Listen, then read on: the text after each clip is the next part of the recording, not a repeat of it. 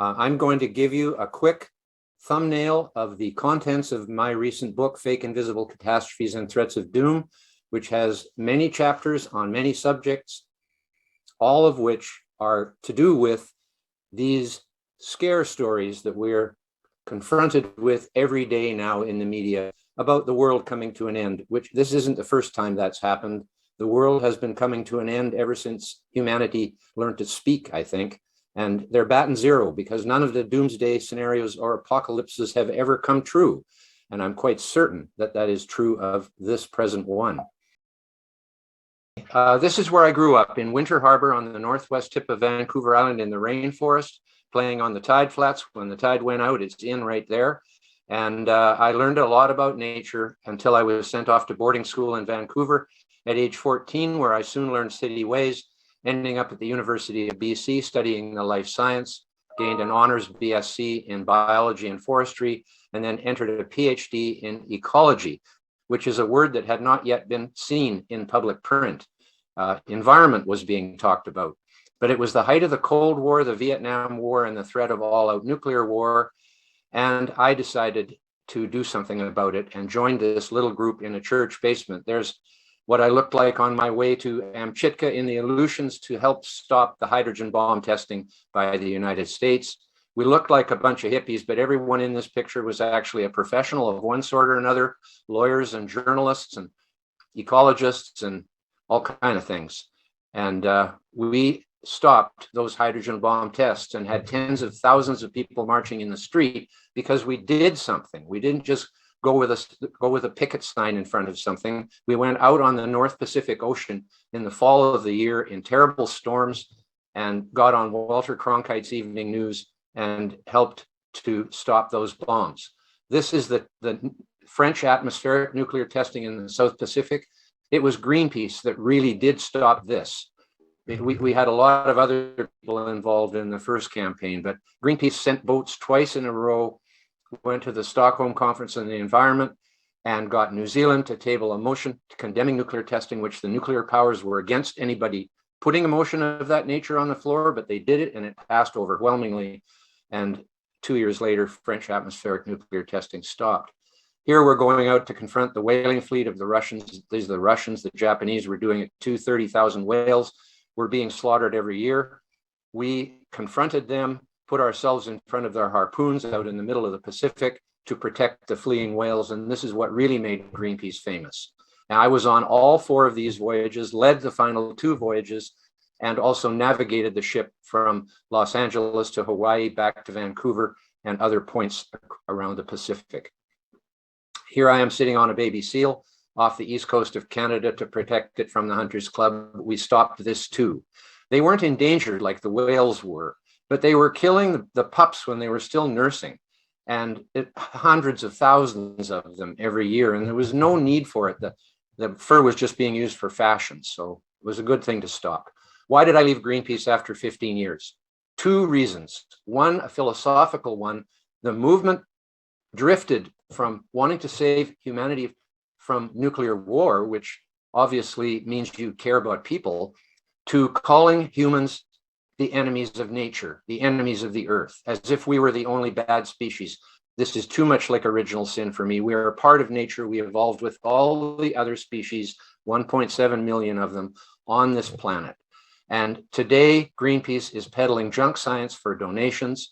They have gone behind a wall. Nobody even knows their names anymore. And they're sort of part of the World Economic Forum thinking. That's why I left them. Okay, the unified theory of scare stories. It's very simple. It's like in physics, there's this dream that someday all of the physics phenomena like magnetism and light, gravity, and matter will all be in one super equation, sort of like E equals mc squared on steroids. But it probably may never happen. But there is a unified theory of scare stories. It's real. And what it is that all the scare stories are based on things that are either invisible, like CO2, radiation, and GMOs. Radiation and CO2 are real, but the bad thing in GMOs doesn't have a name or a chemical formula. So they have actually pulled the wool over people's eyes about something that doesn't even exist. or very remote, like polar bears and coral reefs. That's why they are used so extensively, because the average person cannot go and see for themselves. The basis of science is observation, followed by verification, followed by replication, followed by a hypothesis, and then you have it. So it's a process, it's not a thing. And they talk about the climate science as if science is a kind of thing, when it is in fact a methodology for discovery. What I discovered was that CO2 and temperature are so far out of whack with each other through most of history that it isn't funny. Sometimes they go in the same direction, but this big circle here is 150 million years, when CO2 and temperature were completely opposite to each other for a very long time.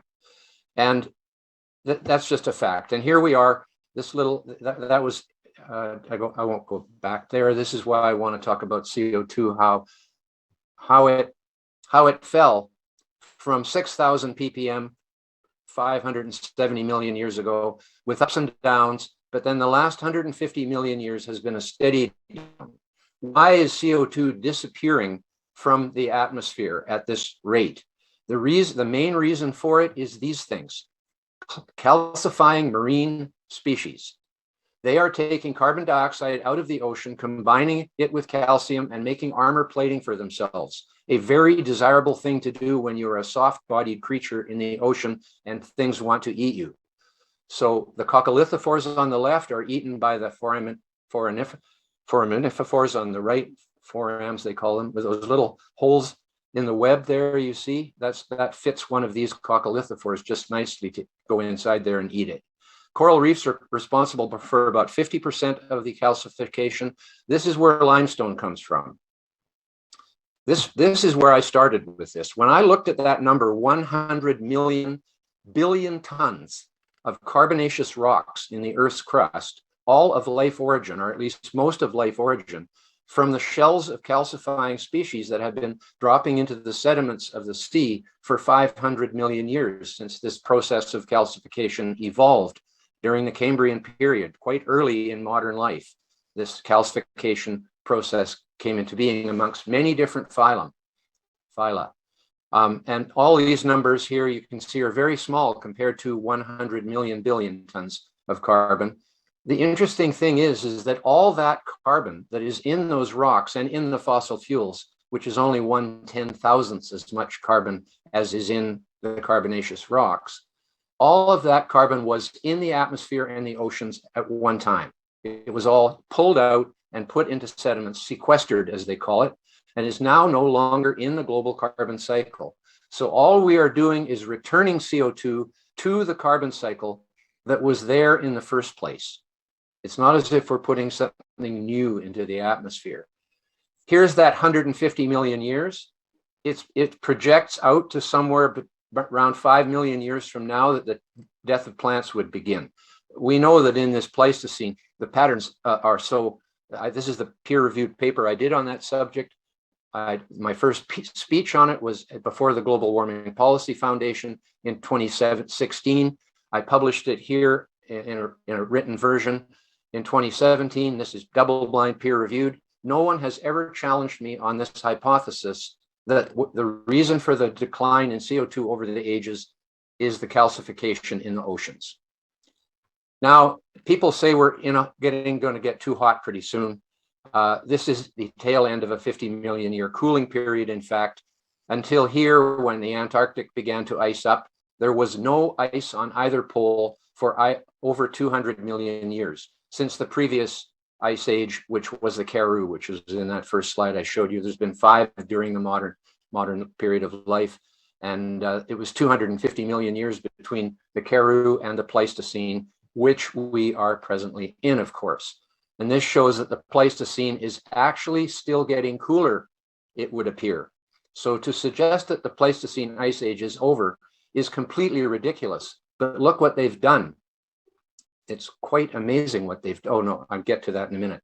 Just here again is this, the 4 interglacial periods, all with a name, that have happened in the last 350,000 years or so. Notice that this one is cooler than the previous 3. So this bears up the fact that the Pleistocene is still getting colder.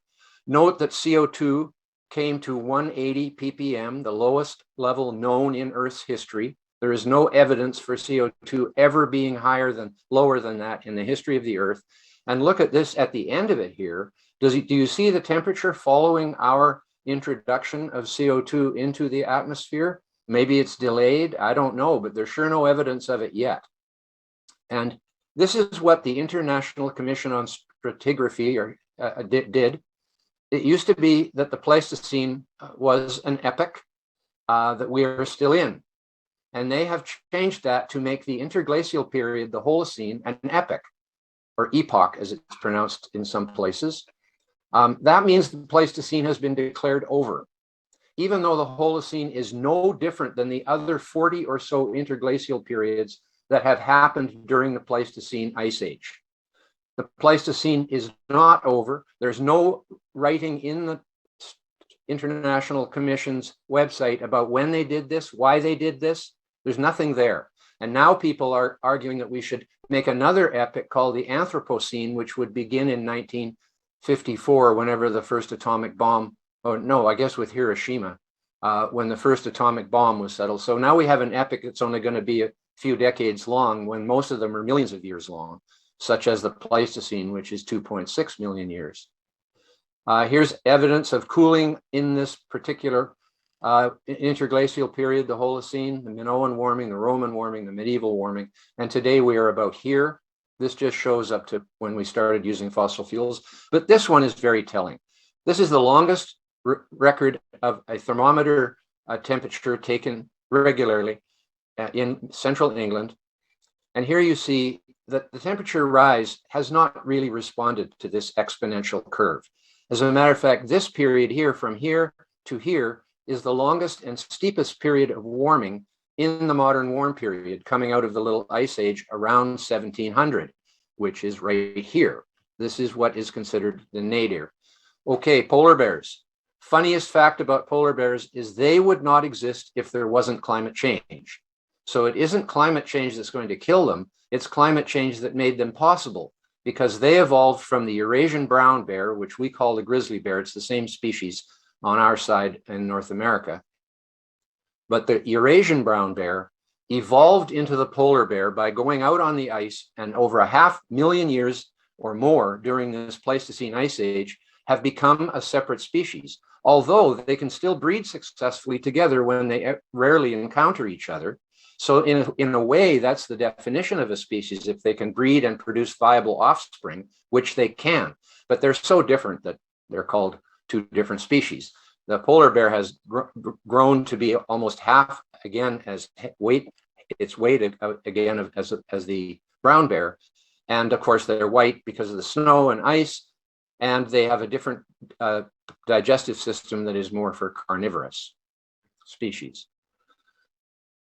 This is what the National Geographic did. It took them 9 months to reply to people saying, this is not what climate change looks like. This is what a dying old bear looks like.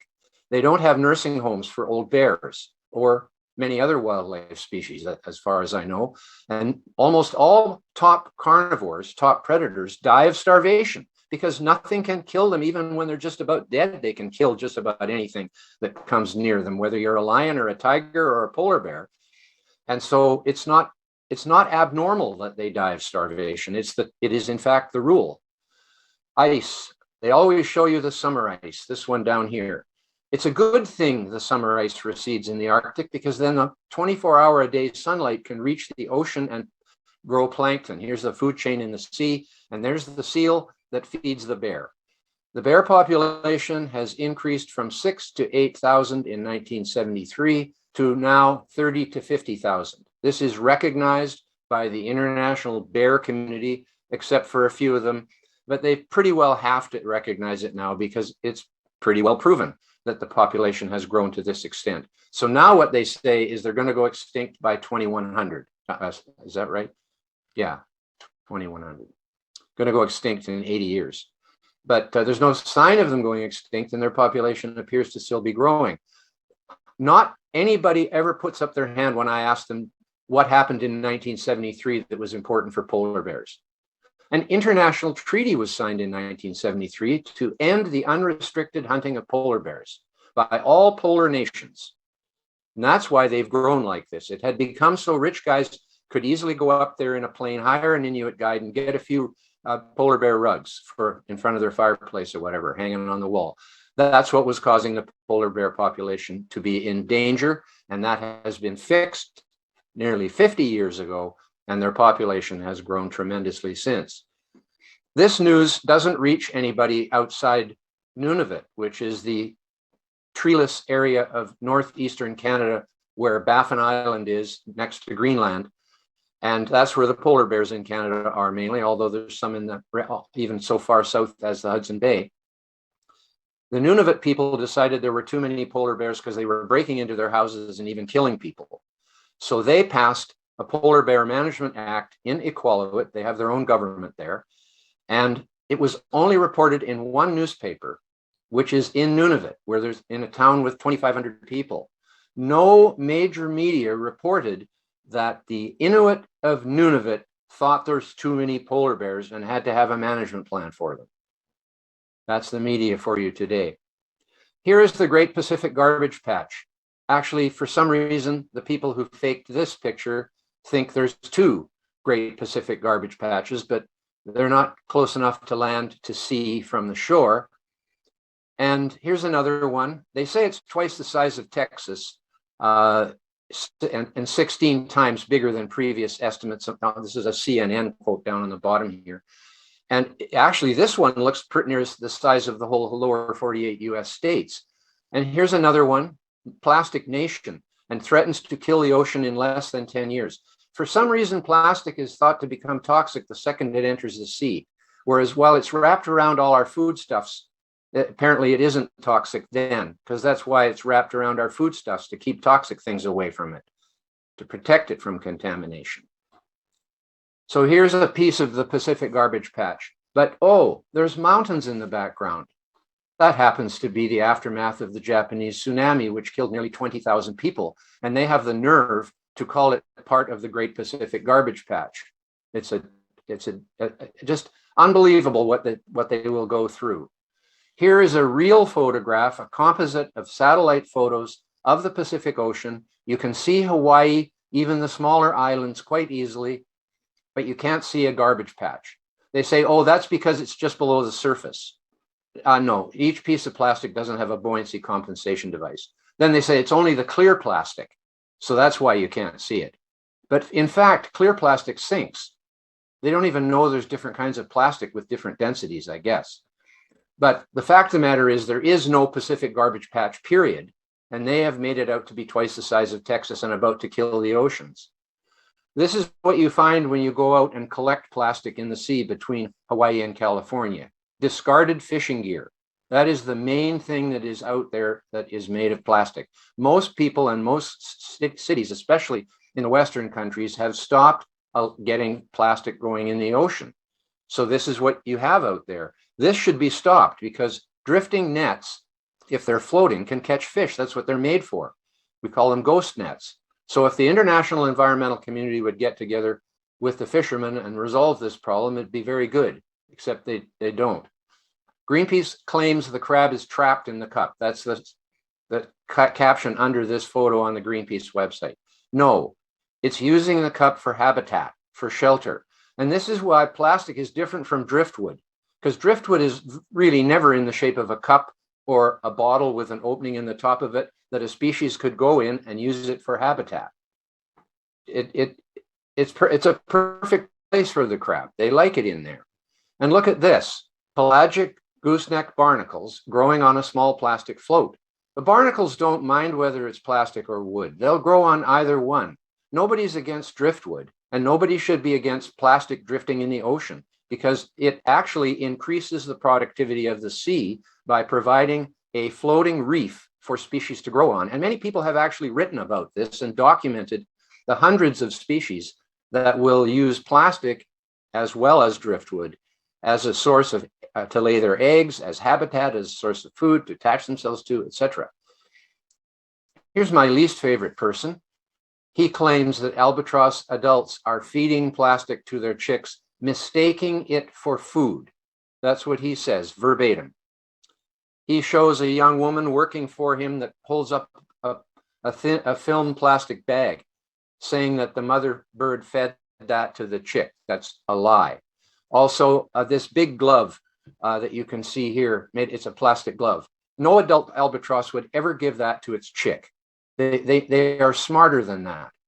Here's what they give to their chick: hard bits of plastic of a certain size to act in their gizzard the same way pebbles act in every land bird's gizzard. All birds have gizzards. Because they don't have teeth to chew their food, they have to give their chicks, because the chicks can't go out and get anything. They're in their nest. So while they're in their nest, the parents bring them bits of hardwood, bits of pumice, if there has been an undersea volcano recently. That's not always found. They give them the squid they feed them. The beak of the squid is retained in the gizzard after the squid is digested to act as a grinding material for grinding the food, because they have no teeth. It's as simple as that. They're being smart by doing this, and it's been studied for 60 years and found that there's no. My book has a big chapter in it, and I worked with the Connolly family and Willie Soon on a paper about Greenpeace that I don't know if it's been published yet, but the bird part of it is very interesting. Do you really think a bird's gizzard has this much plastic in it? This is staged, and there are many of these on the internet as pictures saying this is what the parent albatross fed to the chick, and presumably that's what caused it to die.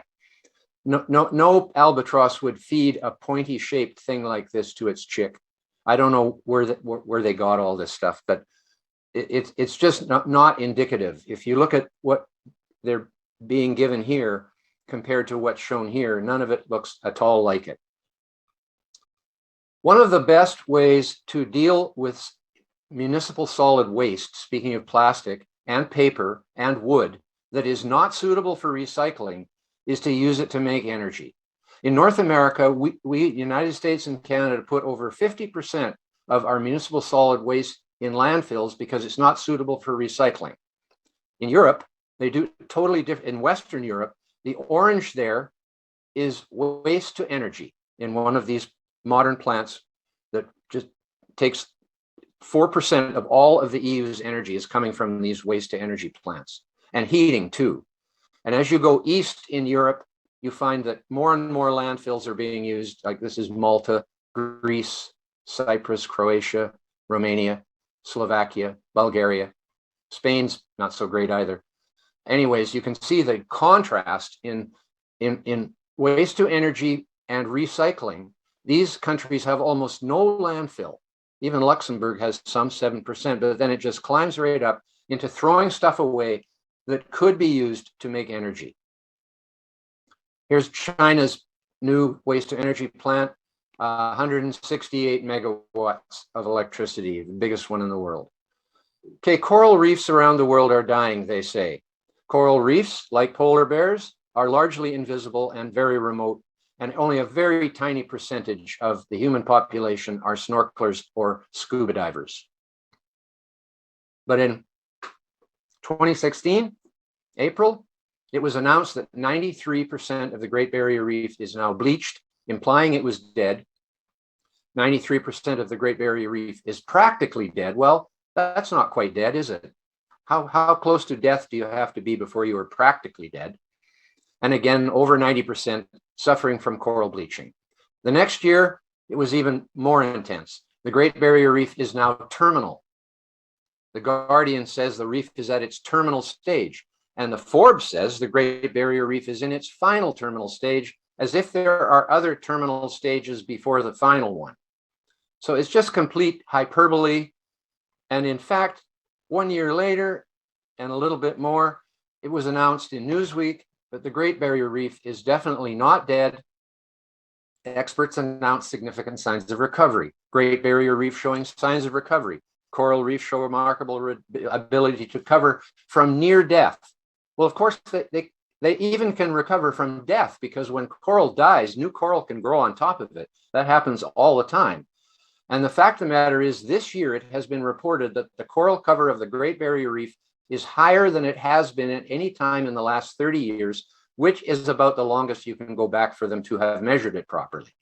And yet they are the scientists, the reef scientists who say the reef is dying and is in dire straits are pulling $3 billion out of the Australian economy to study the reef. How will that save the reef if they study it?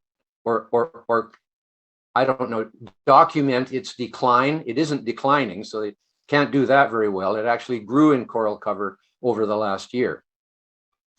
And coral bleaching is not death. It's a natural event in which coral ejects the plankton that gives it its color, and therefore it looks kind of dead because it's white, but that's the color of limestone, calcium carbonate, that the animals that live inside it are relatives of jellyfish, and they're still there, but they're clear like jellyfish, so they don't give it any color.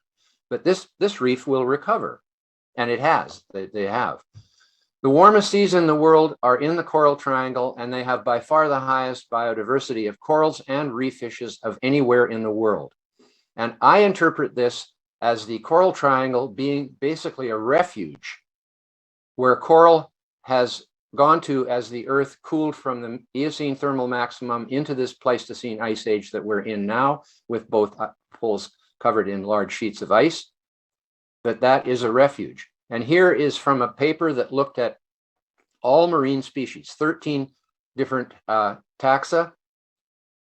And you can see for sure that for all taxa, for coastal fishes, and for corals, that area of the world has the highest biodiversity by far. It just is way, the Caribbean, which is here, has the second highest biodiversity of coral in the world compared to this area. But this whole area has way more biodiversity than anywhere else in the world in terms of coral cover.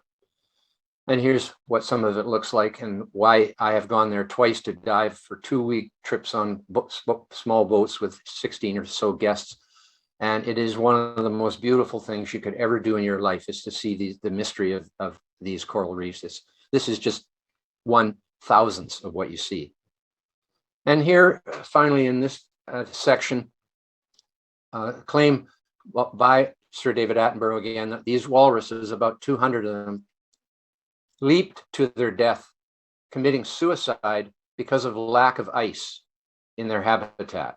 In fact, this was at a time of year when there's never ice on the North Russian coast. It always recedes out into deeper water.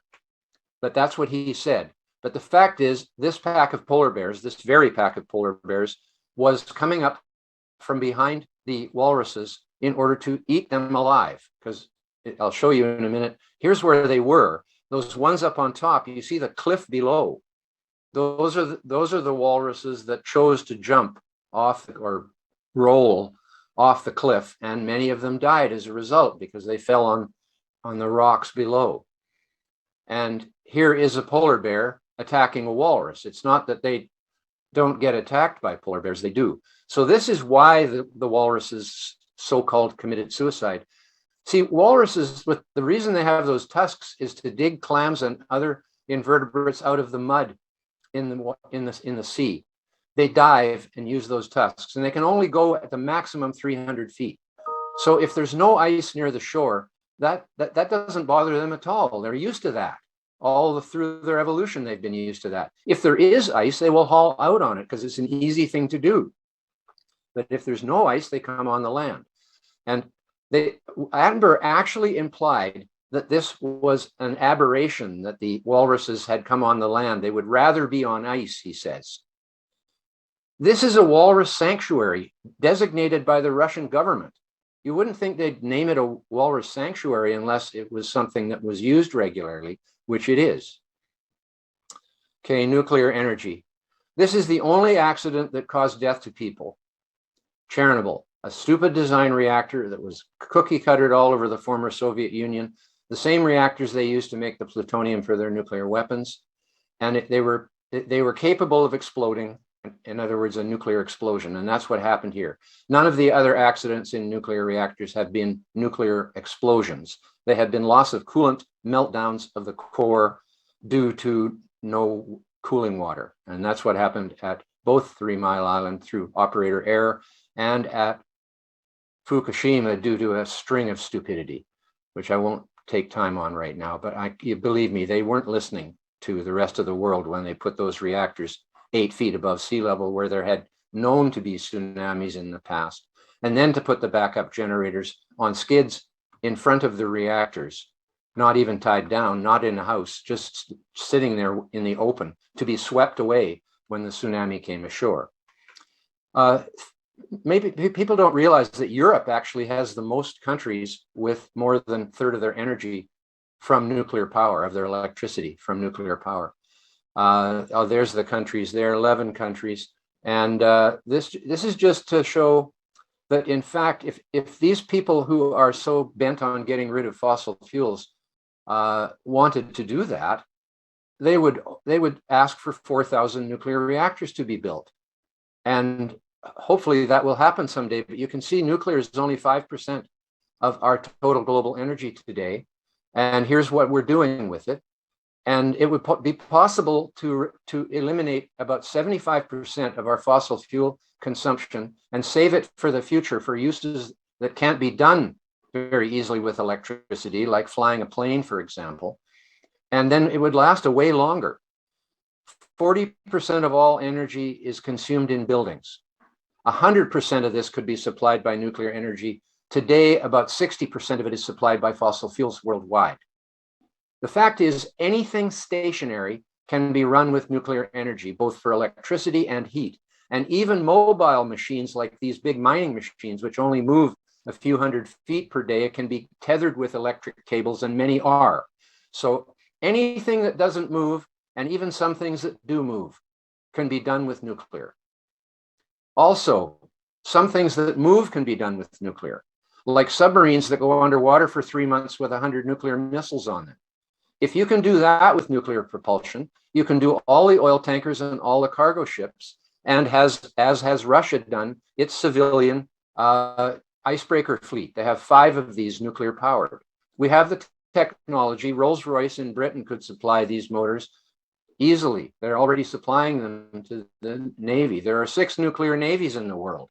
So we don't need fossil fuels for large ships. All trains can be electrified on and run on nuclear energy. Many of them are not. Many of them are diesel electric today. And here we have the curve of making it look like it's a really big curve. But you saw in my first slide about the 570 million years, our CO2 emissions into the global atmosphere are just a teeny blip compared to what has happened in the past history of life. But here, see, it starts at 320 instead of 0. If they started this graph at 0 on the y-axis here, it would not look like such a big deal, and stretch the other one out a ways. But anyways, that's what we're doing, and it's a good thing we're doing it because it's greening the earth. We know this is true, that there's a 10 to 30% increase in growth of vegetation over much of the Earth's surface today. This is NASA. This is CSIRO in Australia. They're the ones who first really announced this and showed us that it's in the driest regions that CO2 is having the biggest effect, because it not only is necessary for photosynthesis, it's also that the higher the CO2, the less stomata have to be produced or opened under their leaves. So they lose less water, so they become more efficient with water and can grow in drier places than they could before. Instead of criticizing China and India for emitting CO2, we should be celebrating it. They are contributing more to the greening of the earth than any other countries. Between the two of them, almost half of the emissions. And these emissions are not only causing greening of the wildlands, they're causing agricultural production to increase, and it is estimated that the huge harvests, record harvests of many of our crops, that 70% of the increase is due to CO2 increase in the atmosphere. And just to conclude, fossil fuels are 100% organic, as in the scientific meaning of organic, which is organic chemistry. The chemistry of carbon, the chemistry of life. All other chemistry is inorganic chemistry. All the fossil fuels were 100% produced with solar energy.